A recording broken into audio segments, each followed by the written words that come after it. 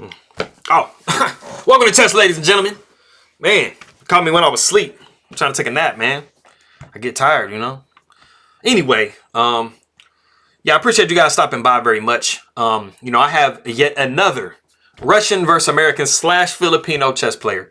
I think there's like 5 or 6 Russians in this field. It's crazy. And pretty much Wesley So's been playing all of them. Yeah, for the most part. So for all of my people in the Philippines, magandang umaga, kumusta na? Mabuhay to you guys. Masaya kong makikinig muli. Appreciate you guys very much for stopping by. And anybody who's coming from Russia, privyet to you. Spasibo for coming by and taking a look at my video.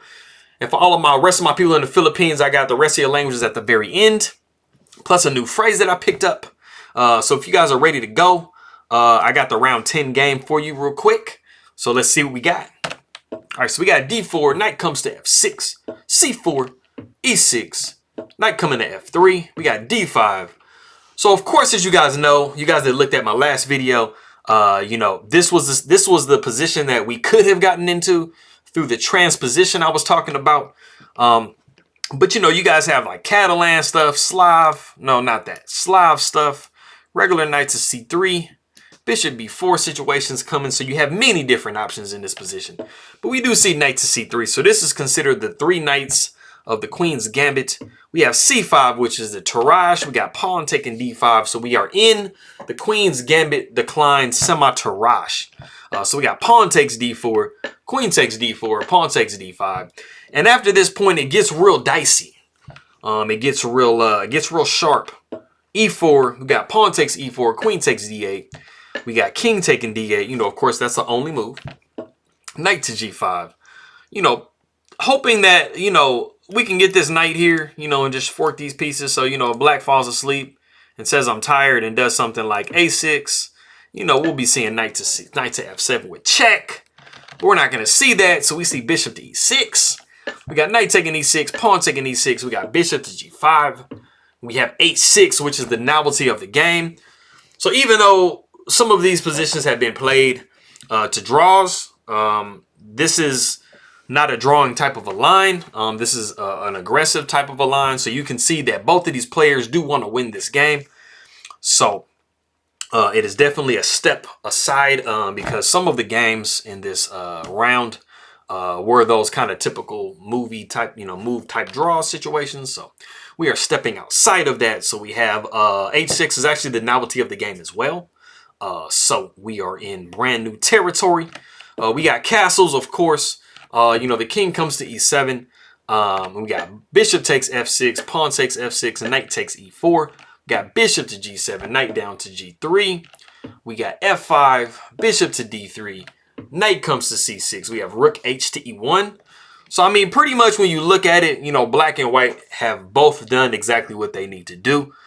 They have gotten their kings into relative safety. Without the queens on the board, the black king is a lot safer than it looks. That's one of the major issues when you're going through your opening. As long as queens are still on the board, your king being in the center is a gigantic issue. But when you have a situation where the queens are exchanged, it's a lot less dangerous for your king to be in the center of the board. So you're much better. But, you know, black and white have both done their duties of making sure that they are fully developed. Their pieces are in play. And they do have their rooks connected. So that is pretty much what you want out of the opening. So they are good to go. So we see bishop to E5. And we have reached the point in the game where if you want to go ahead and pause the video and see what move white plays here. It's a nice little tactic. Might give you some ideas of something to play in your own game. But like I said, go ahead and take a look. And I'll get back with you in a second. Okay, cool. So, for those of you that noticed that this rook is attacking the bishop, X-raying through the king, but this pawn is the only thing that is stopping it from being pinned. The pawn is the only thing stopping this bishop from being pinned to the king. You will notice that if you can move this pawn over, you will be looking a-okay. So if you guys came up with the move knight takes F5, congratulations. You are a nice tactician. And you do notice that after the pawn does capture, now you have an issue of the bishop being pinned to the king. So you can very nicely play f4. And you have just gotten a pawn and a piece. So now white is up an entire pawn. So we'll see what's cracking with that. So we see rook a to d8, placing a little counterattack on that bishop. You know, not sure if something like that would be possible after rook takes. You're going to take with the king and possibly do that. Move over. I think you're looking good. I think this is definitely a possibility. But we do see pawn taking e5. And then we see rook h to f8. Rook comes to e3. We got rook to d5. Rook comes to f1. So up until this point, both players are playing extremely precise. They are playing very computer-like.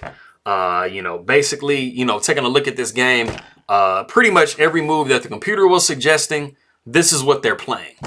So it's very hard to get an advantage. And it's kind of interesting because oh, this isn't Svidler. Never mind. Forget what I was about to say. Pay me no heed. Okay, so right. So we got bishop to, we have f4. F4 attacking the rook. Somewhat undefended there. But if we go back, another possibility instead of rook to f1 was actually bishop to c2. It kind of ends up being more of the same, but it was just an alternate way you can play.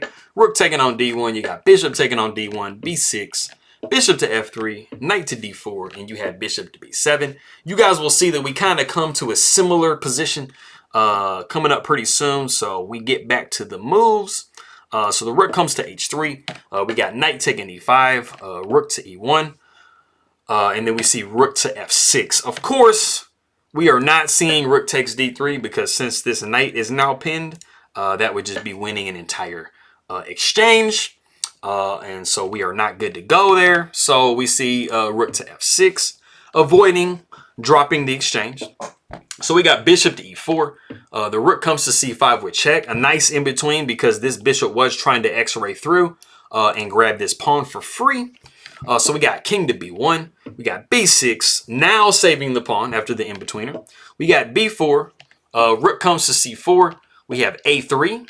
The rook comes to d4. We have bishop to b7. So like I said, we kind of have a similar situation that we had before with the bishop coming to c2. We got king to d6, king to c2. We got a5, and then we have king to c3. And it looks kind of like the rook is trapped. You're like, man, wait a minute. Is the rook trapped? No, it's not. You actually have rook to c4 with check, and that does save your rook. If you did not have this check, the rook would be gone. But it is just perfectly in time. So we got king to b3. We got rook to d4. We got rook to h5. Placing a double attack on this knight. Seeing what's good. So we got rook to d3. King comes to a4. We have knight down to c4. So as you can see, you know, white is kind of starting to get in a little bit of a box. You know, we see check coming here, coming up. You know, we barely have this escape square here. But we do, as white, have everything taken care of here. So the king can't come and kind of put the squeeze on white. So that is good for white. So we got rook to c1. The rook takes on a3 with check. We got king to b3 or king to b5. Sorry. We have knight down to e3. We got rook to c6 with check. We have king to e7. We have the in between rook to e5 instead of just automatically taking the rook immediately. We got king to f7. We have a rook to c7. So it looks like it's getting kind of dicey here for black. You're like, wait a minute. I mean, I'm running out of space. So we got king up to f8. We got bishop to e4. Pawn taking b4. King taking b4. And we have rook to a5. And it is actually in this position that the players agree to a draw. Now, I don't believe at all that this was a like pre-arranged type of a draw because this definitely doesn't look, I mean, 41 moves definitely doesn't look like a drawing type of a game. So even though it was a draw, I do kind of feel like, you know, there was at least a little bit of life in it and it wasn't just a typical, you know, 10 to 12, 15 move draws. It was nice, I think. I mean, it was okay.